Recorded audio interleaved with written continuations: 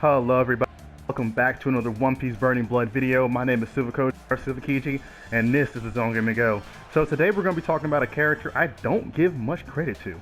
Sengoku, I think it's Sengoku or Songoku, because I'm used to calling Songoku because of, I think, what's it called? Roman Three Kingdoms and, what's the game called? I can't remember the name of the game. Warriors, something Warriors. Samurai Warriors, that's what it is. So I'm used to calling him Sengoku, so I don't know if that's actually correct. It might be Sengoku, but Sengoku is just rolls off the tongue easier for me, so I can call him Goku, but either way, okay. So I want to talk about one particular move that he actually has, and I absolutely love it, and I want to kind of like give a little bit of strategy and detail about this move. Okay, so the move we're going to be talking about here is going to be called, I'm calling this the petty kick. I don't think it actually has a name. Okay, petty kick it is. Okay, so why do I love the petty kick? Why do I love this move? So the petty kick is basically a low. Okay, so it's a low trip. It's used in combination with his uppercut. So we got petty kick and we go down unique to do this combo here. It does a decent amount of damage, about 20%, and I will say it's not reliable in terms of using it as a footsie tool, but it is a very good mix-up opportunity tool. Okay, so the reason is because it low profiles and it keeps Sengoku basically in his place, so he doesn't really go up as much. Okay, so in terms of this, if you're doing a combo, because we all know Sengoku's bread and butter combo, which is like A3, nope, that's not it, 1, 2, 3, and then down for the range.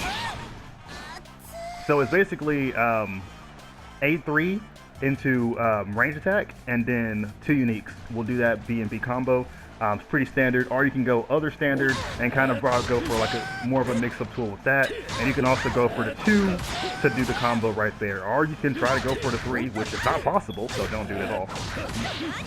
I mean, it's possible, it's a break there. Okay, that's the mix-up thing. That's opportunities for you to avoid getting flash countered with this combo.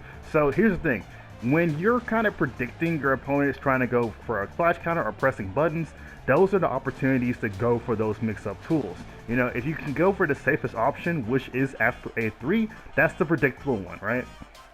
But if you go for A2 or A4, you put your opponent in a very switchy situation where they may be pressing buttons, and it gives you an opportunity.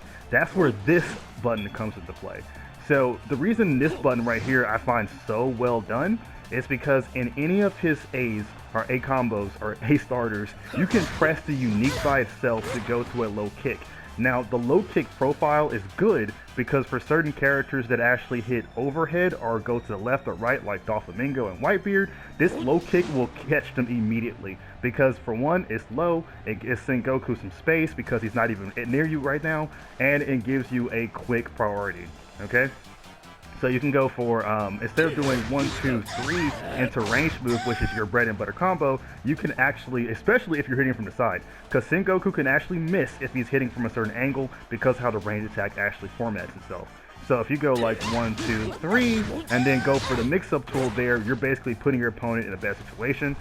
You pretty much caught them there. It's not going to probably do as much damage as you may hope to do, but you're avoiding that flash counter opportunity that your opponent is probably looking out for.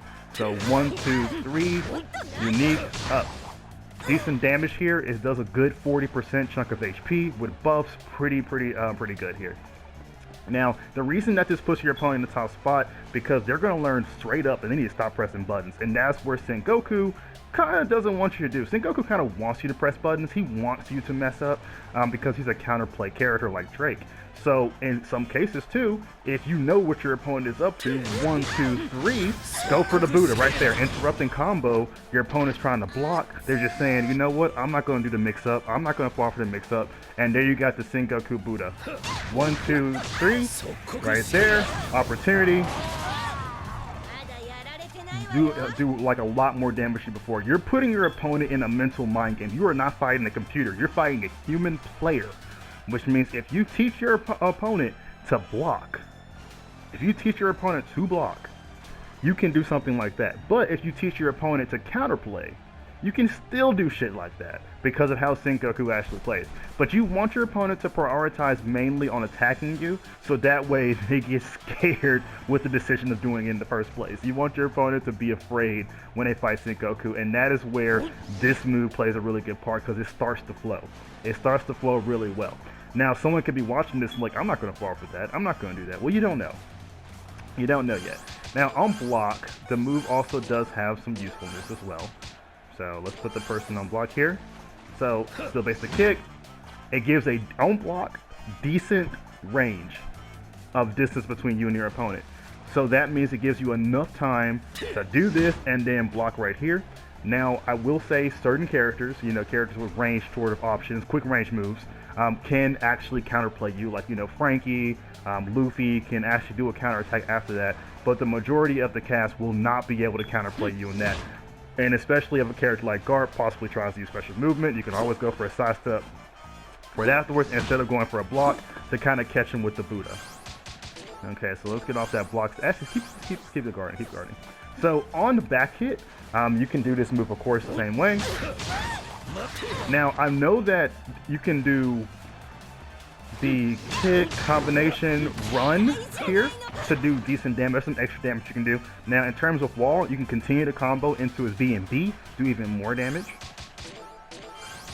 So one of the things I did this video for is for people to actually learn when to actually go for his B and Bs and when to actually go for his mix-ups, because you're mixing your opponent up. If you go for your standard B and B all the time, your opponent, you become predictable, and your opponent knows what you're going to do. But if you utilize those buttons that you don't normally press, like his unique button, you can possibly do even more damage than what you initiated.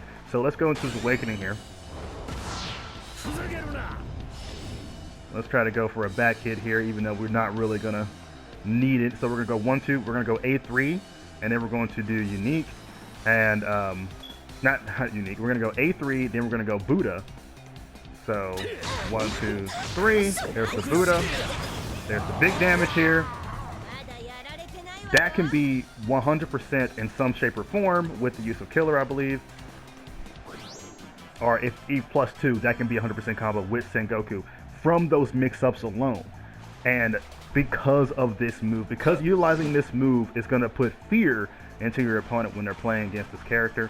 I love the petty kick. I call it the petty kick because it is kind of petty, because it's because basically it doesn't do that much damage on its own, but what it creates is the vortex of pain for your opponent in future reference.